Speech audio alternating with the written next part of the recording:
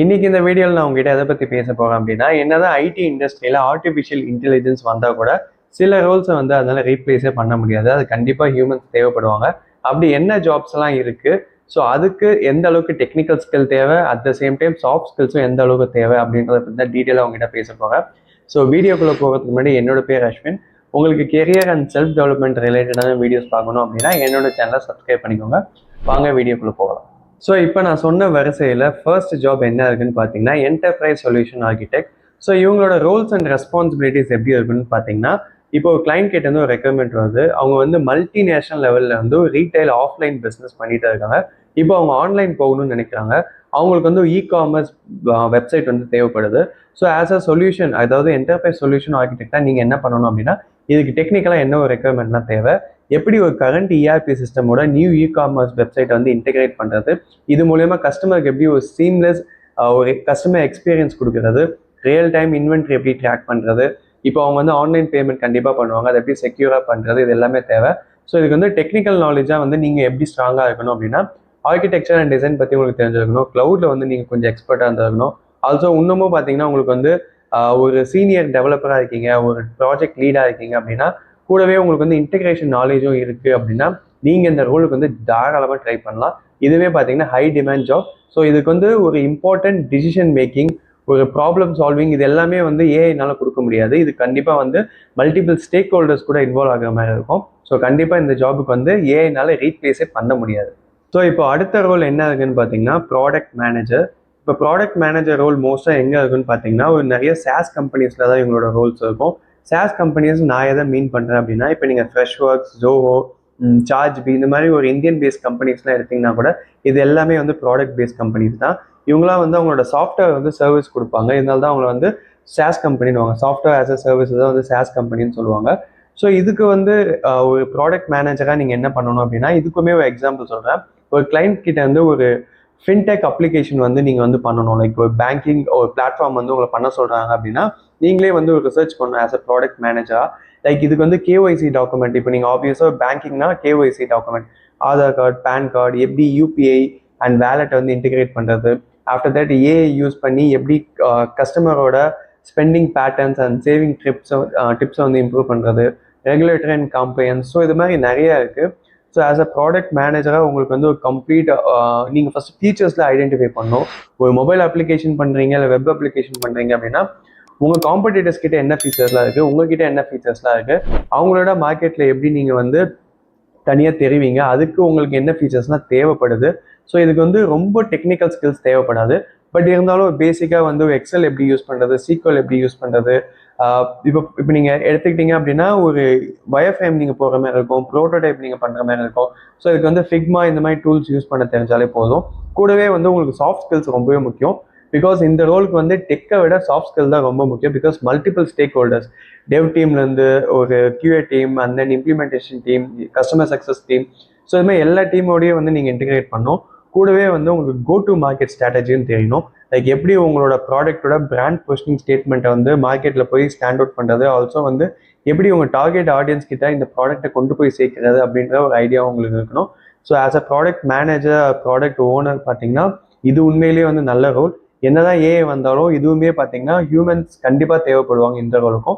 So இந்த ரோலுமே நீங்கள் தாராளமாக கன்சிடர் பண்ணலாம். ஸோ மூணாவதாக நம்ம என்ன ரோல் பார்க்க போகிறோம்னு பார்த்தீங்கன்னா கஸ்டமர் சக்ஸஸ் மேனேஜர். ஸோ இவங்களோட ரோல்ஸ் அண்ட் ரெஸ்பான்சிபிலிட்டிஸ் எப்படி இருக்குன்னு பார்த்தீங்கன்னா, இப்போ ஒரு SaaS கம்பெனி ஒரு ஐடி சர்வீஸ் நீங்கள் ப்ரொவைட் பண்ணுறீங்க, உங்களை நம்பி ஒரு கிளைண்ட்ஸ் உள்ள வராங்க அப்படின்னா, நீங்கள் தான் வந்து ப்ராடக்ட் வந்து எப்படி டெமோ எடுக்கிறது, ப்ராடக்ட் செட்டப், இல்லை ஆன்கோயிங் ட்ரைனிங், இது எல்லாமே நீங்கள் வந்து கொடுக்குற மாதிரி இருக்கும்.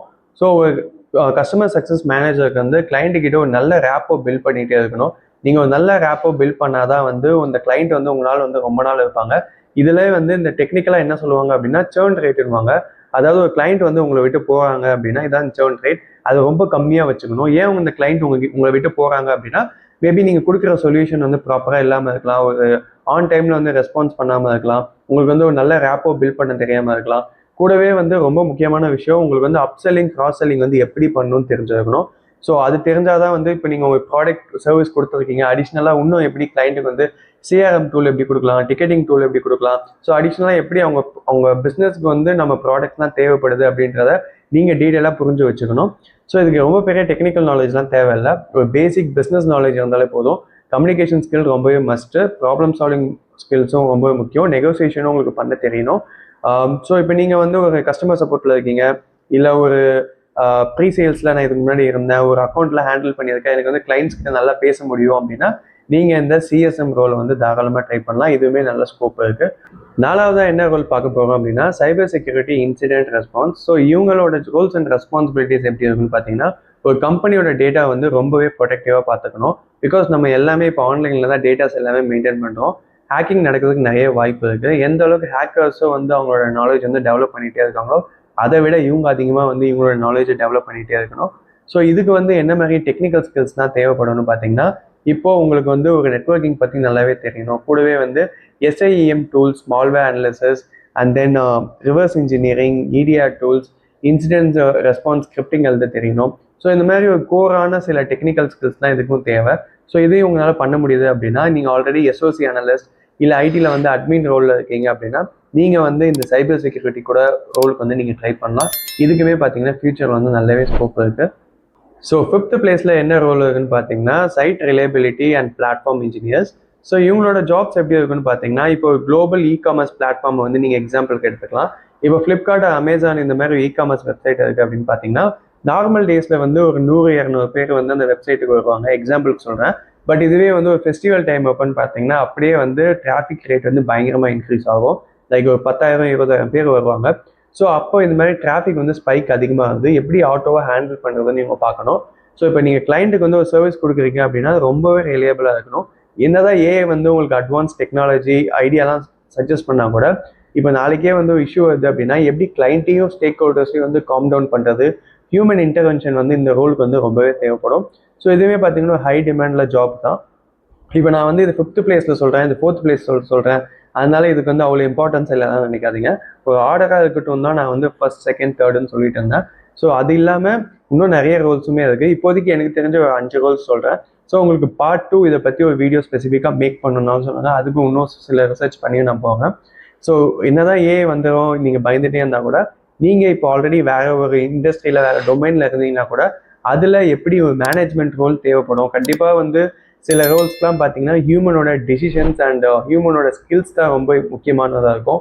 ஏனால வந்து ஒரு சஜஷன் தான் சொல்ல முடியும், பட் ஹியூமன் எடுக்கிற டிசிஷன் தான் வந்து மேனேஜ்மெண்ட் ஒரு சிஎஃப்ஓ, சிஇஓ லெவலுக்கு வந்து கொண்டு போக முடியும். ஸோ அப்படி என்ன ரோல்ஸ்லாம் இருக்குன்னு நீங்களும் உங்கள் சைடில் அனலைஸ் பண்ணுங்கள், ரிசர்ச் பண்ணுங்கள். ஸோ ஒரே இடத்துல ஒரே ஜாபில் ரொம்ப நாளைக்கு இருக்காதீங்க. அது உங்களுக்கு கம்ஃபர்ட் ஜோனில் இருக்கீங்க அப்படின்னா கண்டிப்பாக அந்த ஜாப் வந்து என்றைக்குனாலும் ரிஸ்க்கு தான். ஸோ இன்னைக்கு வீடியோ உங்களுக்கு நான் ஹெல்ப்ஃபுல்லாக இருக்கும்னு நம்புகிறேன். ஸோ மறுபடியும் இது மாதிரி ஒரு யூஸ்ஃபுல்லான வீடியோ பார்க்கணும் அப்படின்னா என்னோட சேனலை சப்ஸ்கிரைப் பண்ணிக்கோங்க. Thank you, by.